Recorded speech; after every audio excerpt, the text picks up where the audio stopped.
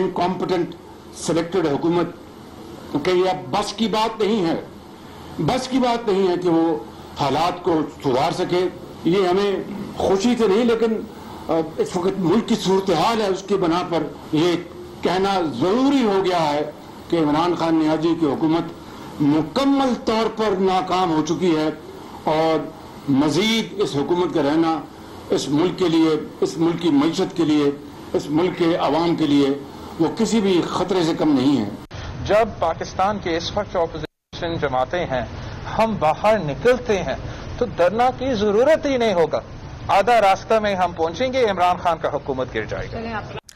अस्सलाम वालेकुम नाजरीन, मैं हूं मुनीज़े जहांगीर। आप देख रहे हैं प्रोग्राम स्पॉटलाइट। आज लाहौर में इमरान हटाओ मुहिम गर्म होते हुए नजर आई।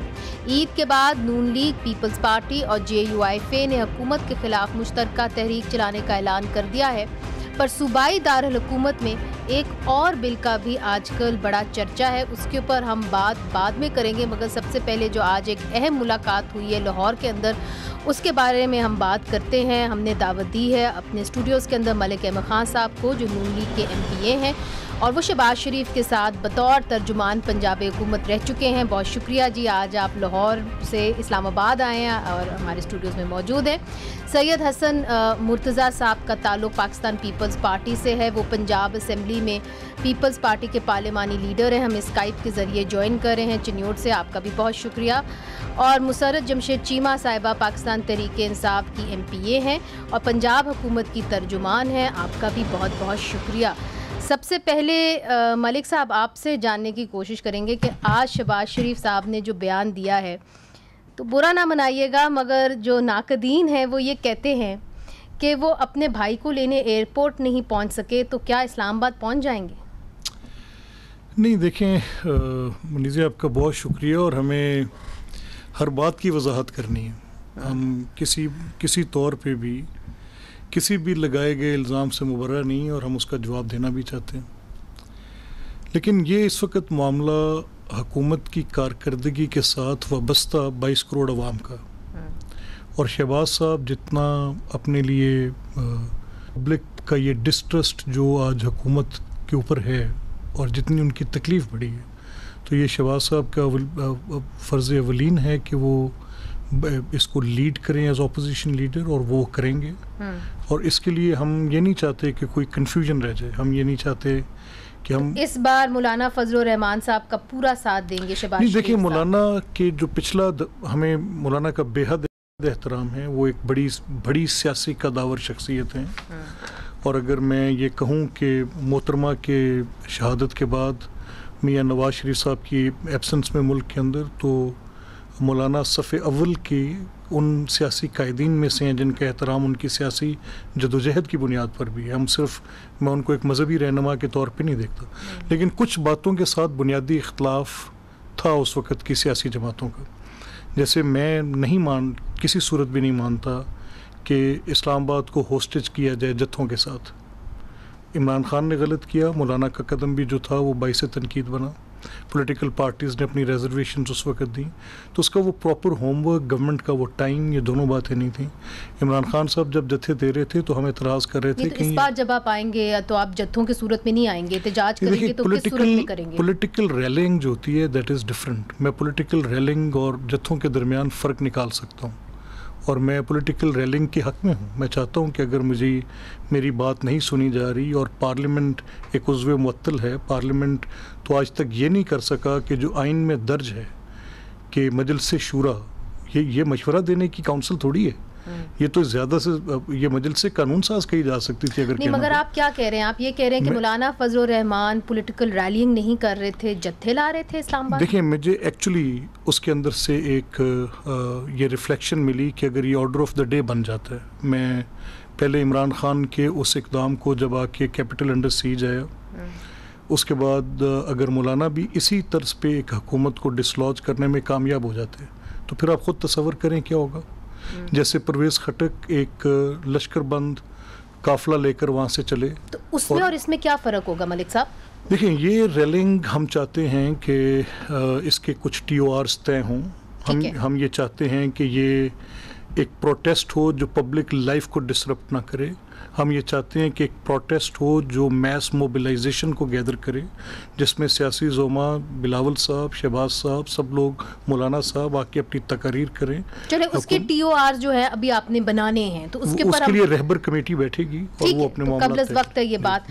सैयद हसन साहब, आपकी जानिब आऊँगी। बिलावल भुट्टो जरदारी साहब आज जब जाके मिले लाहौर के अंदर शहबाज शरीफ साहब से, तो यहाँ पे भी कुछ बातें होनी शुरू हो गई। पाकिस्तान में रूमर फैक्ट्री तो है, मगर रूमर फैक्ट्री सही भी निकल आती है, और ये भी एक बात हुई कि शायद उन दोनों को ईद के बाद नैब गिरफ्तार कर लेगी।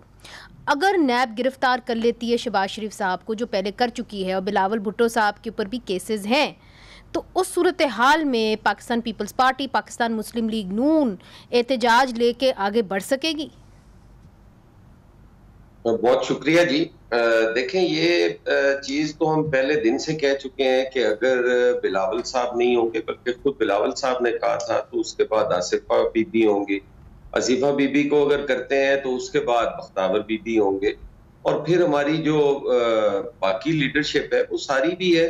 जद्दोजहद के दौरान लोग गिरफ्तार भी होते रहते हैं जी, क़यादतें पकड़ी भी जाती हैं, अंदर भी रहती हैं। इसके बावजूद जो हमारा प्रोटेस्ट है वो चलते रहते हैं, और आपके सामने है। जब यानी कि आप सिर्फ खानदान की तरफ देख रहे हैं, आप नहीं समझते कि पाकिस्तान पीपल्स पार्टी के और जो तजर्बाकार लीडरान हैं आपकी पार्टी के अंदर, वो इसको लीड करेंगे? क्यों नहीं करेंगे, वो सारे करेंगे। मैं तो अर्ज कर रहा हूं कि हमारी बाकी दीगर जो लीडरशिप है वो सारी मौजूद होगी, और जिस तरह कोई गिरफ्तार होता रहेगा, बाकी की जो लीडरशिप है वो उसको लीड करती रहेगी। ये तो कोई ऐसा सवाल नहीं है कि जिस पे अगर एक आदमी गिरफ्तार हो जाएगा तो फिर तहरीक ही खत्म हो जाएगी। कतई ऐसा नहीं होगा। तहरीक तो हमारे आखिरी कारकुन तक जारी रहेगी। ठीक है, और सड़कों पे आने का आपका इरादा है? मुसरत साहिबा, ऑलरेडी पाकिस्तान एक बहरान से गुजर रहा है, कोविड-19 से हम लड़ रहे हैं, दूसरी तरफ ये भी एक मामला ज़ेर बहस हो गया है। अब अगर नैब के लॉ के अंदर, और आपके कुछ ऐसे लोग हैं जो ये समझते हैं कि नैब के लॉ के अंदर तरमीम होनी चाहिए, कुछ चीज़ें ठीक होनी चाहिए, तो अगर आप इन मामलात को ठीक कर लें और पार्लियामेंट के अंदर इंगेज कर लें अपोजिशन को, तो आप नहीं समझते कि ये जो एक मुसीबत आपके सर पे आने लगी है उसे आप छुटकारा पा लेंगे? बिस्मिल्लाहिर्रहमानिर्रहीम। बहुत शुक्रिया मुनीज़े। बेसिकली मैं सबसे पहले जिस तरफ आपकी तवज्जो दिलाऊंगी कि आज भी अगर आप शाह साहब की स्पीच देख लें, या जितने भी हमारे गवर्नमेंट के नुमाइंदे हैं, हम बारहा इस चीज़ का इजहार कर चुके हैं कि इस सारी चीज़ में हम अपोजिशन की हेल्प चाहते हैं, मदद चाहते हैं। मदद का मतलब ही ये है that we want to engage them. लेकिन इसमें जो अफसोसनाक पहलू निकलता है वो ये है कि ये जो 35 अमेंडमेंट्स इन्होंने रेकमेंड किए हैं अपोजिशन ने, उसको अगर हम मान ले एज इट इज, तो फिर आपके नैब के इदारे की कोई जरूरत नहीं, आपके अकाउंटेबिलिटी प्रोसेस की कोई जरूरत नहीं। फिर यह है कि ये लाइसेंसिंग होगी, और उस लाइसेंसिंग में मुझे ये बताओ कि जिनको मैंडेटरी ड्राइव अगेंस्ट करप्शन का मिला हो वो गवर्नमेंट कैसे शामिल हो सकती है? लाइसेंसिंग से मुराद ये है कि ये खुलम खुला करप्शन की इजाजतनामा, और आप मतलब ये आप जरा मुनीज़े आप गौर सुने, अगर एक जो इनकी अमेंडमेंट है उसको मैं जिक्र करती हूँ, फिर दूसरी का करती हूँ कि 1 अरब के लगभग 1 अरब से जायद की अगर करप्शन हो तो नैब के आगे अकाउंटेबिलिटी होनी चाहिए, यानी कि 99 करोड़ 99 लाख तक खुली छूट है। और फिर उसके बाद भाई चोरी तो 1 रुपए की भी है, पब्लिक ऑफिस बेरर, ये कैसे हो सकता है? हम ये चाहते हैं, यही एक स्टिकिंग पॉइंट है। No 35 no 35 I want to tell you, मैं एक एक करके कुछ बता देती हूँ, मोटे बताइए क्योंकि वक्त की किल्लत होती है। एक पॉइंट भी जी मैं मोटे, एक तो ये, दूसरा ये कि जो भी कन्विक्ट हो जाएंगे, जो नाअहल हो जाएंगे नैब अदालत में या कोर्ट्स में, उनकी जो है ना नाअहली 5 साल तक होनी चाहिए, यानी कि जैसे एक कोई कैंडिडेट हम इलेक्शन हार जाए तो अगली दफा हम लड़ सकें। आप ये बताएं कि ये तो मजाक उड़ाने वाली बात है अकाउंटेबिलिटी के प्रोसेस की। अब मुझे ये बताइए कि आपकी जो बातचीत हुई है कमेटी के अंदर वो क्या हुई है? क्योंकि अब फैटफ का जो बिल है वो भी अपोजिशन चाहती है कि नैब के बिल से मुंसलिक कर दिया जाए, उसके ऊपर भी कोई पेशरफ नहीं हो रही है। नहीं Munizae, I am not part of that parliamentary committee, obviously वो तो नेशनल असेंबली के मेंबरान पर है, लेकिन मैं अपनी पार्टी की तरफ से दिए गए ड्राफ्ट को मैंने पूरी तरह से देखा है। देखिए, मैं जो आज मुशावरती अमल में आप जो शाह महमूद कुरैशी साहब की तकरीर है, वो बुनियादी तौर पे मैं उनसे उसकी तवक्को नहीं कर रहा था। गालिबन वो कुछ फैक्ट्स के साथ ज्यादती कर गए। अच्छा, देखिए हमारी जो टोटल इसमें अमेंडमेंट्स का हमारा जो मुद्दा है वो ये हम चाहते हैं कि जो इसकी शिकें कॉन्स्टिट्यूशन के साथ अल्ट्रा वायरीज हैं वो निकलनी चाहिए। ठीक है। और उनको सब्सटेंशिएट हम करते हैं सुप्रीम कोर्ट के अपने अहकामात के साथ, जो उन्होंने साद रफीक के केस के अंदर साद हुक्म रफीक दिया। And so many other cases, सिर्फ एक साद का केस नहीं। ठीक है। साद रफीक का केस तो एक बेसिकली उसकी पॉलिटिकल इंजीनियरिंग, पॉलिटिकल पार्टीज की सरकमवेंशन, नैब के पॉलिटिकल रोल की हद तक एक बात उसको हम डिफरेंट रखते हैं, अभी इस बहस का हिस्सा नहीं बनाते। ठीक है। दूसरा मेरा शाह महमूद कुरैशी साहब के तकरीर के उस सियासी बयानी से एतराज़ ये है कि जब आप लेजिस्लेशन कर रहे होते हैं तो आप पॉलिटिकली मोटिवेटेड इश्यूज पर खड़े नहीं होते। आप एक बिल की बात कर रहे थे, आप जब बिल पे बात करेंगे तो first of all as a legislator आपकी रिस्पॉन्सिबिलिटी थी कि आप बतौर एक मजलिस कानून साज के मेंबर होते हुए ये बात तय करते कि क्या उसकी कानूनी और आईनी सिमत दुरुस्त है, आपने अपनी सियासी सिमत के ताबे किया उसको। और अगर आप ये समझते हैं कि आपने नैब का अदारा इसलिए कायम किया कि आपका मैंडेट ये है कि आपने अकाउंटेबिलिटी करनी है, तो हम ये समझ रहे हैं कि आप नैब के इदारे को सियासी इंतकाम की बुनियाद बना रहे हैं। यानी कि कॉन्स्टिट्यूशनल से तसादुम नहीं होना चाहिए, नहीं होना चाहिए और कॉन्ट्रडिक्शन नहीं होना चाहिए। मेरा ख्याल है मुसर्रत साहिबा इसके ऊपर तो दो राय नहीं होगी ना, कि जाहिर है जो पाकिस्तान का आईन है, यहाँ पे सैयद हसन साहब भी बैठे हुए हैं, वो भी शायद इस पे एग्री करेंगे कि पाकिस्तान के आइन से तो कॉन्ट्रडिक्शन नहीं होनी चाहिए ना, इसके ऊपर तो कोई इख्तिलाफ नहीं हो सकता कि हो सकता है। देखिए तरमीम का मतलब फिर क्या होता है, ऑर्डिनेंस नया लाने का मतलब क्या होता है? मेरा तो सिर्फ मैं 2 पॉइंट्स 3 पॉइंट्स और बोलूंगी तो आप मुझे बताएं कि क्या इन पॉइंट्स को लागू करते हुए या इस तरह का कोई ऑर्डिनेंस पास करते हुए क्या हम अकाउंटेबिलिटी का प्रोसेस कर सकते हैं। मसलन फरमाइश नंबर 1 कि 16 अक्टूबर 99 से जो केसेस उससे पहले के जो है उनकी अकाउंटेबिलिटी नहीं होगी, उसके बाद के जो केसेस हैं उन पे किया जाए। नहीं, ये अहम पॉइंट है। इधर रुक जाए मुसर्रत साहब, this is very very important. आगे क्या आपने ये कहा है कि जी 99 से पहले कोई केसेस हैं जो हैं उन यहाँ रोक लें। ये वाहिद कानून है जिसको क्रिमिनल लॉ में रिट्रोस्पेक्टिव आपने इसको इफेक्ट दे दिया। दुनिया की तारीख में और एंग्लो सेक्सन में और इस कॉन्स्टिट्यूशन के नीचे और दुनिया के जितने कवानीन का आप मुताला कर लेंगी, किस बुनियाद पर उनके अंदर रेट्रोस्पेक्टिविटी का एलिमेंट नहीं आने दिया जाता? क्योंकि मिसयूज होगा। अब अगर आप इसकी 1999 में ये कानून बना रहे हैं और इख्तियार ये दे रहे हैं कि ये पिछली क्लोज्ड एंड पास्ट ट्रांजैक्शंस को भी उठा लेगा और जो कभी भी ना उसमें कोई एविडेंस हो सकती है, ना उसमें आपके कानून शहादत के साथ को मुताबिकत हो सकती है, ना उस केस को प्रोसिक्यूशन कभी कोर्ट में prove, you as being lawyer you know that what this ABC of that. I am not a lawyer but I have read law, but I know you have read law, लेकिन this is Muneeza, this is ABC of that. ठीक है। अगर इतनी भी समझ नहीं है तो फिर मैं इस पर देखें, बहैसियत पार्लियामेंट के मेंबर के Shah Mahmood owed a duty first to the parliament then to his political party. आज शाह महमूद कुरैशी साहब ने, I have to use this harsh words, आज शाह महमूद कुरैशी ने एक वो बददियानती जो पार्लियामेंट के फ्लोर पे उनको नहीं करनी चाहिए थी, and I am using strong words because I am angry today. मैं नाराज़ हूँ। किस लिए नाराज़ हूँ? ना करें ये तरामीम। पॉलिटिशियंस आर थिक स्किन, हम भुगत जाएंगे। 2 साल गुजर गए, कितनी देर और ये जबर करें, आजमाएं। लेकिन सिलसिला क्या है कि इस पार्लियामेंट को रिडंडेंट करने वालों में आज शाह महमूद कुरैशी को मैं समझता था कि is above board than that, ये इसके अंदर सलाहियत मौजूद है। आज उस सफ में ये भी आगे शामिल हुए। सैयद हसन साहब, आप क्या कहेंगे? शाह महमूद कुरैशी साहब एक ज़माने में पाकिस्तान पीपल्स पार्टी के भी लीडर होते थे। देखिए, जैसे मलिक साहब ने बात की है, मुनीज़े वो बड़ी माकूल बात है कि शाह महमूद कुरैशी साहब जैसे जो सीजन पार्लियामेंटेरियंस हैं, उनको जो उनका सियासी बयानी है उसको लेजिस्लेशन में शामिल नहीं करना चाहिए, या वो रवैया उनका वहां पे नजर नहीं आना चाहिए। अगर शाह महमूद कुरैशी जैसा आदमी भी on the floor of the house ऐसी बातें करेगा, और जिस तरह ये हमारी बहन अभी फरमा रही थी, आप देखें ये मैंडेट करप्शन का लेके आए, हम करप्शन से भाग नहीं रहे कि हम उसका हिसाब नहीं देंगे या हम हिसाब में शरीक नहीं होंगे या पेश नहीं होंगे। हम अदालतों में भी जा रहे हैं, हम आयोग के पास भी जा रहे हैं और फिर भी जाने में हम कोई कबात नहीं करते, महसूस करते। हम कहते हैं कि कोई पैरामीटर तो ऐसे होने चाहिए जिन पे इनकी तसल्ली हो जाए, तशक्की हो जाए। ये अगर हमें अदालत बेगुनाह कर देती है तो ये उस पर अदालत पे नाराज हो जाते हैं। अगर कोई आयोग जो है वो हमें कोई समझते हैं कि इंसाफ की तरफ जाने लगे तो ये उस वक्त नैब के खिलाफ हो जाते हैं। उन्होंने खुद भी इनके बयानिए पिछले देखें तो ये भी नैब को कहते रहे हैं कि वो गलत है।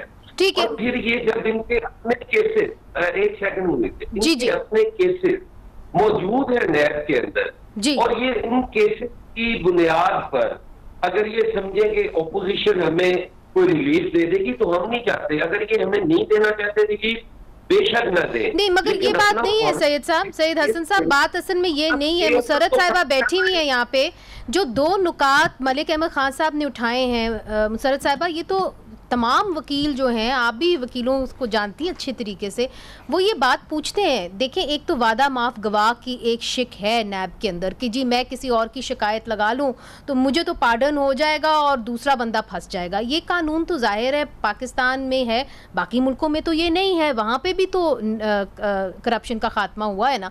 फिर दूसरी बात जो ये कहते हैं, वो ये कहते हैं कि जी आज आप एक कानून बना रहे हैं मगर आप कहते हैं उस कानून के तहत जो पिछले जराइम है वो भी उसके तहत होंगे। तो ये तो कहीं भी किसी भी दुनिया में किसी भी जूरिस्प्रूडेंस में है ही नहीं। तो फिर जाहिर है उसको कॉन्स्टिट्यूशन की सांचे में तो ढलना पड़ेगा ना। नहीं, देखें, मुझे समझ नहीं आ रही कि देखें पार्लियामेंट का रोल है क्या। पार्लियामेंट का रोल तो यही है कि अवाम के लिए, अवाम से रिलेटेड फ्रेंडली इस तरह की लेजिस्लेशन की जाए जिसकी सबसे बड़ी बेनिफिशियरी अवाम हो। बिकॉज आइन के दायरे में रहते हुए, आइन के दायरे से बाहर कानून नहीं बन सकता। अब मैं, अच्छा ठीक है जी, अच्छा हम टेक्निकलिटीज में नहीं जाते। मैं 2 बातें और आपको बताती हूँ एंड आई एम श्योर कि आप मेरी बात को समझेंगी। मसलन एक ये कि अगर कोई केस 5 साल से पुराना हो जाए, वो जितना मर्जी भयानक हो, उसको नैब के जुमरे में नहीं आना चाहिए। मुझे ये बताएं, क्या इस तरह अकाउंटेबिलिटी हो सकती है? मगर मुझे बताइए, वो केस आप आम अदालत में क्यों नहीं लेके जा सकते? आम अदालतें भी तो हैं और अगर बकौल आप सबके अदालतें इंडिपेंडेंट हैं, साफ हैं, शफाफ हैं, तो आम अदालतों पैरेलल जुडिशियल सिस्टम क्रिएट ही क्यों किया गया? आपने यहाँ पे एंटी टेररिस्ट कोर्ट भी बना दिए, आपने नैब के कोर्ट भी बना दिए। जब मेन अदालतें हैं और पूरी दुनिया आम अदालतों में चलती है तो खास अदालतें क्यों बनाई जाती हैं? देखें, मेरी बात सुने, ये सवाल तो मेरे दोनों भाई हैं, मेरे लिए बड़े काबिल एहतराम है, इनसे पूछा जाना चाहिए कि इनकी हमारे तो 2 साल हुए ना, ये बात मेरे बहस है, लेकिन इन्होंने अपने दौरे हुकूमत में एक दूसरे के खिलाफ केसेस बनाए, 10-10 साल अंदर रखा, पेट फाड़ने के स्लोगन लेके आए, फिर एक टेबल पे बैठे। आज स्लोगन ये है कि अवाम के लिए निकलने लगे। अवाम, हमारी एक कामयाबी जरूर आप समझे मुनीजे कि हम अवाम के आगे इनको एक्सपोज करने में बहुत हद तक कामयाब हो गए हैं। मसलन अब एक शिक और जरा सुनिएगा, जो कहते हैं कि हम इनोसेंट है, हमने कोई करप्शन नहीं की और हमारे खिलाफ तो ये सारे जो केसेस हैं जो कि हमने बनाए ही नहीं है। ये भी इंटरेस्टिंग चीज है, ये खुद दोनों जमातों ने फिर मैंने हमारे खिलाफ निकली हुई हैं, इन्होंने बनाए थे। अब ये नैब के ऊपर जो एक डेडलॉक हुआ है, ये क्या टूटेगा? टूटेगा। वो कैसे टूटेगा? इसलिए कि गवर्नमेंट नहीं चल पाएगी। देखिए ना कैसे सुने। तो ये तो मुसर्रत साहिबा की बात से सुन के तो और बाकियों की बात से और वजीर आजम साहब भी कह चुके हैं जी इसके ऊपर कोई कॉम्प्रोमाइज नहीं। मैं आपसे 2 बातें कह रहा हूँ, सिर्फ लंबी तो मैं बात ही नहीं करता जी। इसी नैब के लॉ के खिलाफ पाकिस्तान की कारोबारी आला शख्सियात जो बड़े बिजनेसमैन थे, all business houses, I could see every house. I could see every face जो बिजनेस लीडर्स हैं पाकिस्तान के, जो गवर्नमेंट के पास नहीं, आर्मी चीफ के पास जाके नैब के लॉ के खिलाफ उन्होंने चीखो पुकार की कि अगर ये कानून ऐसे रहा तो हमारी इन्वेस्टमेंट इस मुल्क में कोई नहीं है। चलें, फिर तो शायद बदल ही जाएगा। नाजरीन, इधर छोटा सा वक्फा लेते हैं। वक्फे के बाद एक और अहम कानून जो है, जो पंजाब असेंबली ने पास किया है, अभी वो एक्ट जो है वो शायद नहीं बने, मगर उसका क्या हो रहा है और उसकी वजह से क्यों हलचल हो रही है सूबा पंजाब के अंदर, पूरे मुल्क के अंदर एक नेशनल टॉकिंग पॉइंट बन गया, उसके बारे में बात करेंगे वक्फे के बाद।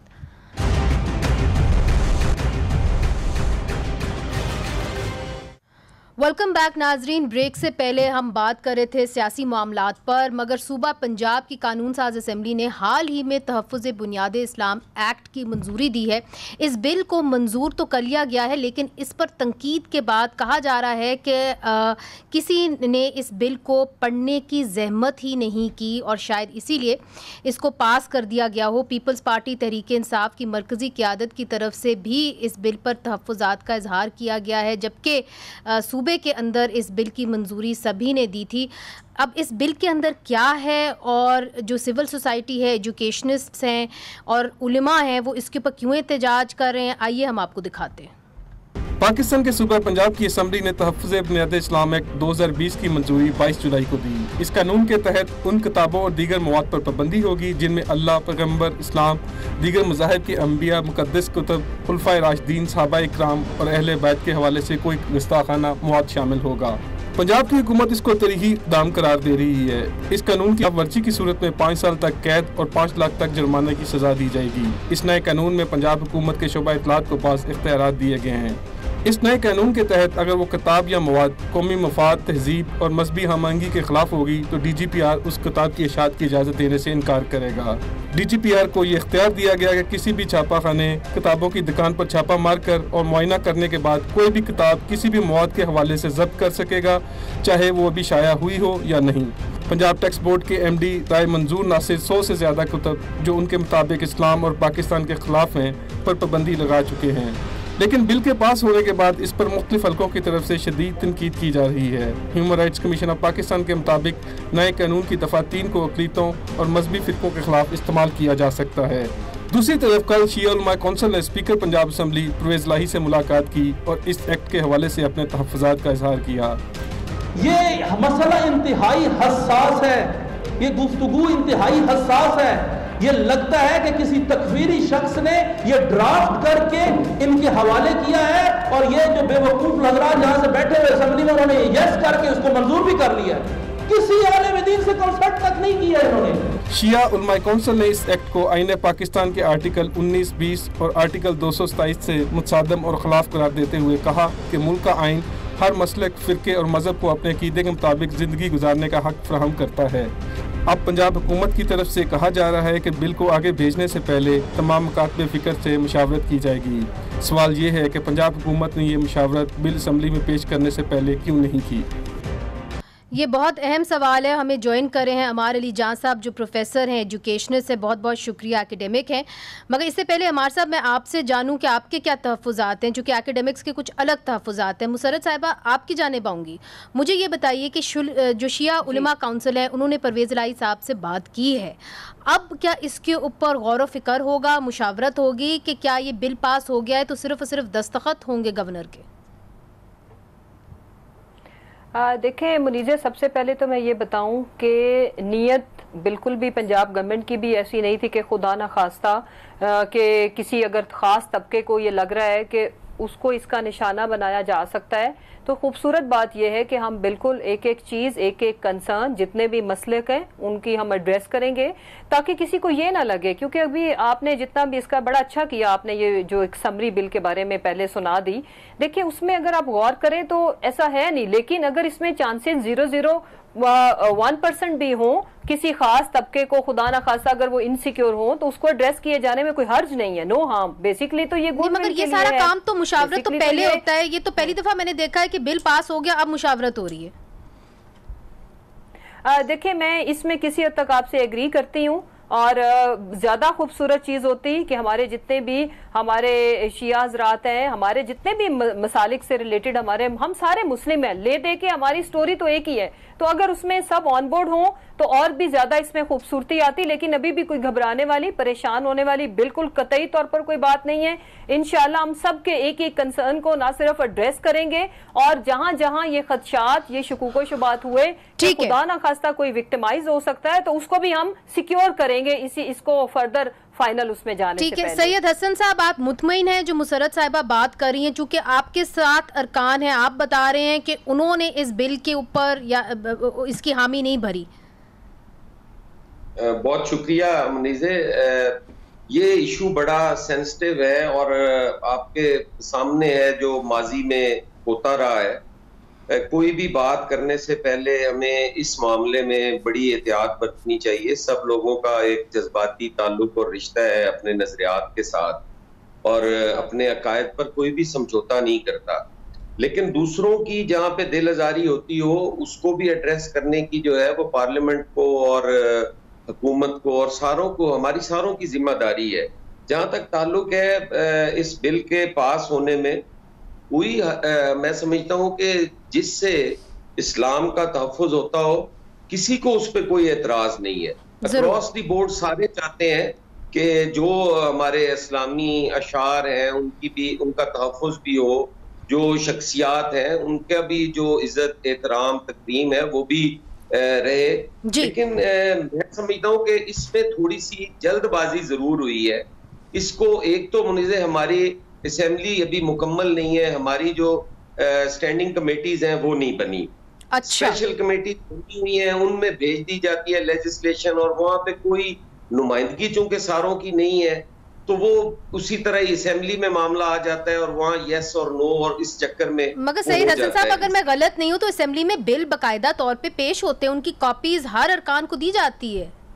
इसलिए की ये तो मुसर्रत भी बैठी हैं, वहाँ पे कोई कॉपी तकसीम नहीं की गई, ना ही बिल की कोई सिंगल पेजर जैसे आता है कि आपके एजेंडे पे कि बुनियादी तहफ़्फ़ुज़ इस्लाम बिल जो भी लेजिस्लेशन होनी हो वो सिंगल लाइनर जो आता है वही, कोई वहाँ बिल तकसीम नहीं किया गया। और तो स्पीकर यानी वो फिर सही तज्जिया है कि जी पढ़े बगैर आपने बिल की मंजूरी दे दी। मैं अर्ज कर रहा हूँ ना जी कि मैं उस दिन था नहीं, मैं लेट पहुंचा हूँ। अच्छा। जिस वक्त उस पे तशक्कुर की तकारीर हो रही थी उस वक्त मैं पहुंचा हूँ। चेयरमैन साहब की, हमारे बिलावल साहब की प्रेस कॉन्फ्रेंस थी, तो मैंने जब वहां आके देखा तो किसी को कोई पता नहीं। मैं आपकी बात समझ गई हूँ, ठीक है। मलिक साहब, आप थे उस दिन असेंबली के अंदर कि आप भी देर से आए थे? देखिए मुनीज़े, मैं I will go beyond this. अगर इसकी 3 रीडिंग्स होनी होती हैं एक बिल की, अगर वो पार्लियामेंट असेंबली के उस प्रोसीजर में प्रोवाइडेड ही नहीं है आज, तो फिर वो असेंबली की वर्किंग तो नहीं हो सकती ना।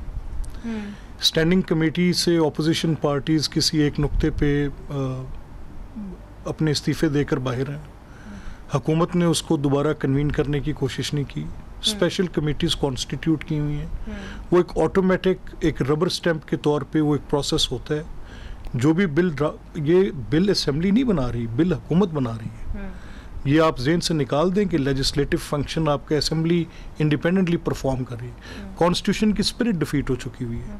नहीं, मगर देखिए ना, मैं इस बिल पर आता हूं। मलिक साहब, बात असल में ये है कि आपकी बातें तमाम दुरुस्त होंगी, मगर अगर एक बिल पेश हुआ है तो आपको एज ऑपोजिशन, और आप कहते हैं कि हम भरपूर ऑपोजिशन करेंगे, तो फिर आप असेंबलियों के अंदर भी तो ऑपोजिशन करें ना। आप जमहूरियत को मानते हैं। इस बिल के साथ अब आप बाद में उस बिल को देख रहे हैं। देखिए, मेरा नुक्ता नज़र बड़ा वाज़ेह है इस पे, और मैं इसका एडवोकेट हूँ जी। जब आपकी असेंबली डिसफंक्शनल है, आपकी असेंबली नॉन परफॉर्मिंग असेंबली है, आपकी स्टैंडिंग कमेटीज काम नहीं कर रही जी, आपके जो रीडिंग्स ऑफ दैट बिल हैं वो प्रॉपरली हो नहीं पा रही, तो फिर this is a non functional assembly.